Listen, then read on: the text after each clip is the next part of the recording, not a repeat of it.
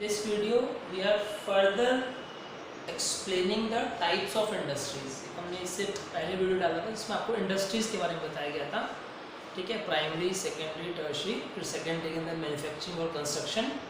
तो ये जो वीडियो है this is further elaboration of manufacturing industries कि मैन्युफैक्चरिंग इंडस्ट्रीज में किस किस तरह की इंडस्ट्रीज आती हैं। सो manufacturing industries further segregated into 4 part: analytical, synthetic, processing and assembly. 4 तरह की इंडस्ट्रीज होती हैं, एक एक करके डिस्कस करेंगे। Number 1 is analytical industries. First will go through the meaning. Raw material is broken into different parts, कि एक रॉ मटेरियल को लेकर उसे डिफरेंट पार्ट्स में ब्रोकन किया जाता है। ब्रोकन का मतलब यहाँ पे प्रोसेसिंग की जाती है। जैसे बचपन में आपने फ्रैक्शनल डिस्टिलेशन पढ़ा होगा बचपन में, ना, तो उसमें क्या सिखाया जाता है कि ज़मीन के नीचे से क्रूड ऑयल निकालना, कच्चा तेल निकालना, फिर जैसे जैसे उसकी फ्रैक्शनल डिस्टिलेशन होती गई, सबसे पहले केरोसिन बन के तैयार हुआ, फिर पेट्रोल डीजल बन के तैयार हुआ, फिर पेट्रोल बन के तैयार हुआ, फिर गैसोलाइन बनी, गैसोलाइन में आपके एलपीजी आ गया, सीएनजी आ गया।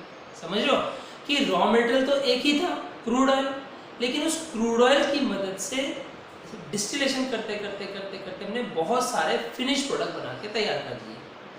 क्लियर है? तो इस तरह की जो भी इंडस्ट्रीज है जो एक रॉ मटेरियल को इस्तेमाल करके बहुत सारे फिनिश प्रोडक्ट बना के तैयार करती हैं, उन्हीं को हम एनालिटिकल इंडस्ट्रीज कहते हैं। रॉ मटेरियल एक, लेकिन बनने वाली चीजें अनेक।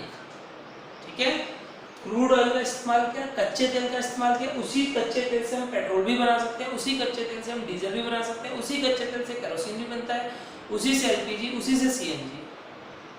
रॉ मटेरियल एक ही है, लेकिन उससे बनने वाली चीजें अलग अलग हैं, और वो सारी की सारी चीजें फिनिश गुड है। पेट्रोल भी यूज किया जाता है, केरोसिन भी यूज करते हैं। सही है? तो इस तरह की जितनी भी इंडस्ट्रीज हैं जो एक रॉ मटेरियल को यूज करके बहुत सारे प्रोडक्ट, वेराइटी ऑफ प्रोडक्ट बना के तैयार करते हैं, उन्हीं को हम एनालिटिकल इंडस्ट्रीज की कैटेगरी में डालते हैं। क्लियर है? Second is synthetic industry. Synthetic industry में क्या है? To opposite of analytical. वहां पे एक यूज करके अनेक चीजें बनाई, यहाँ अनेक चीजें यूज करके एक चीज बनेगी। टू और मोर मटेरियल्स आर मिक्स्ड। दो या दो से ज्यादा चीजों को मिक्स किया जाता है जिससे कि एक फिनिश गुड बन के तैयार हो सके। फॉर एग्जाम्पल, जितने भी आप साबुन का इस्तेमाल करते हो, पेंट इस्तेमाल करते हो, कॉस्मेटिक की चीज़ों का इस्तेमाल करते हो, इन सब चीज़ों को बनाने के लिए बहुत सारी चीज़ों को मिक्स करना पड़ता है, तब जाके ये साबुन या पेंट या कॉस्मेटिक के सामान बन के तैयार होते हैं। तो जब बहुत सारी चीज़ों का मिश्रण करके एक नई चीज़ बना के तैयार करी, डेट इज फिनिश गुड, उसी को हम सिंथेटिक इंडस्ट्री कैटेगरी में डालते हैं।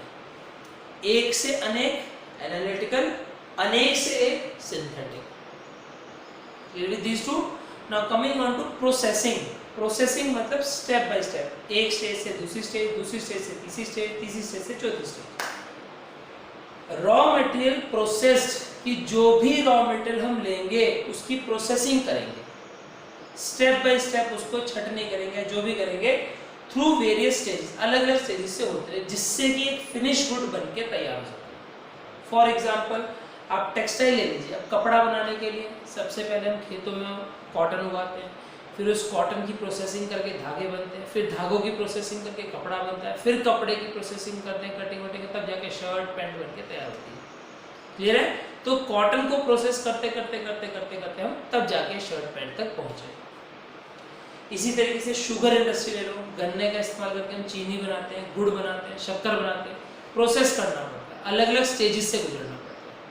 तो रॉ मटेरियल तो एक ही था, लेकिन उसकी अलग अलग स्टेजेस से गुजरने के बाद एक फिनिश गुड बन के तैयार हुआ। इस तरह की सभी इंडस्ट्रीज को हम प्रोसेसिंग इंडस्ट्रीज का नाम देते हैं। जैसे टेक्सटाइल हो गया, आयरन एंड स्टील हो गया, शुगर इंडस्ट्री हो गया, ऐसे बहुत सी इंडस्ट्रीज और भी हो सकती है। क्लियर?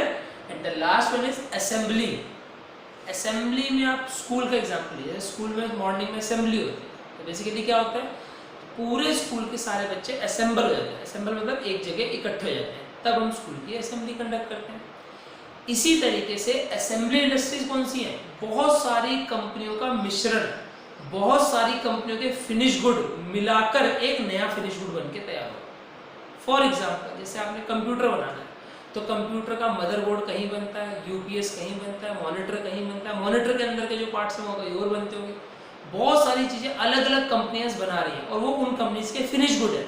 उन सभी फिनिश गुड को खरीद कर हम एक नया पूरा का पूरा असेंबल्ड कंप्यूटर बना के तैयार करते हैं। ठीक है, इसी तरीके से आप ऑटोमोबाइल्स ले लो, टायर कहीं पे बने, गद्दी कहीं बनी, गद्दी का कपड़ा कहीं और बना, नट बोल्ट कहीं बने, स्टीयरिंग कहीं बना, फिर उन सबको जोड़कर इंजन फिट कर कर हमने एक गाड़ी बना के तैयार कर दी। तो जो टायर बना रहा है वो भी एक कंपनी जो फिनिश गुड बना रही है टायर, जो सीट्स बना रहा है वो भी एक कंपनी जो फिनिश गुड बना रही है। बहुत सारे फिनिश गुड इकट्ठे करके जब एक नया फिनिश गुड बना के तैयार किया गया, इस तरह जो असेंबल करती है, जोड़ती वगैरह अलग अलग पार्ट्स को जोड़ते एक जगह, उन इंडस्ट्रीज को असेंबली यूनिट्स कहते हैं। क्लियर है? तो बेसिक कितने हो गए? 4, एनालिटिकल एक से अनेक, सिंथेटिक अनेक से एक रॉ मटेरियल बहुत सारे फिनिश गुड, बहुत सारे रॉ मटेरियल एक फिनिश गुड, प्रोसेसिंग एक रॉ मटेरियल लेकिन फर्दर प्रोसेस होते हुए अलग अलग स्टेज से गुजरते हुए एक नया फिनिश गुड बनके तैयार होगा, और असेंबली बहुत सारे फिनिश गुड बनके तैयार है, उन सबको जोड़कर एक नया प्रोडक्ट बनके तैयार होगा। So this is the manufacturing industries